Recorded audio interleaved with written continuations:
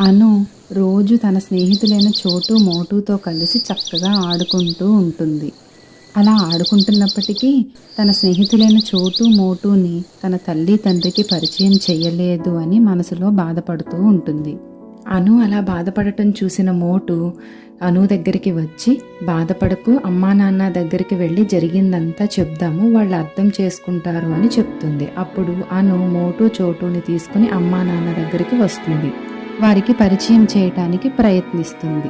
కానీ చోటు మోటుని చూసిన అను తల్లి తండ్రి భయపడతారు. భయపడి ఇలా జంతువులతో స్నేహం చెయ్యకూడదు అని చెప్పటానికి ప్రయత్నిస్తారు.